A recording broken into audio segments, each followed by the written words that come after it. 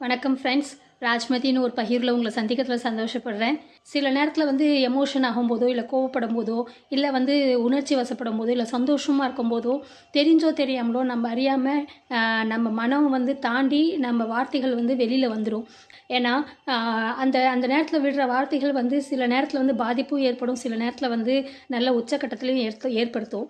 ஏன்னா அது ஆனால் பயன்படுத்துகிற இடத்துல தாங்க பொறுத்து இருக்குது. ஸோ சில நேரத்தில் நம்ம பேசும்போது சில நேரம்னு இல்லை, பல நேரத்தில் நம்ம பேசும்போது அதை யோசிக்கிறதே கிடையாது. ஏன்னா அந்த ஒரு உணர்ச்சி வசமோ, இல்லை கோவமோ, இல்லை வந்து ஒரு ஆதங்கமோ சரி அது வந்துடுது.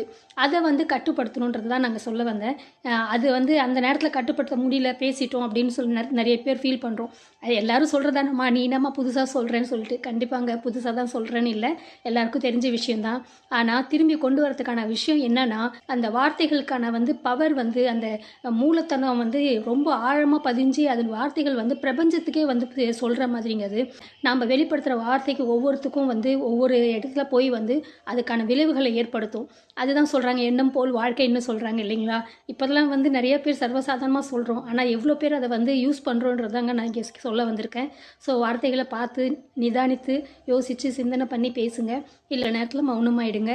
அந்த மௌனம் வந்து அந்த இடத்துக்கு சரியாக இருக்குன்றது நான் நம்புகிறேன். வேறு பகிரோடு உங்களை சந்திக்கிறேன். Until then bye from Rajmathi. நன்றி, வணக்கம்.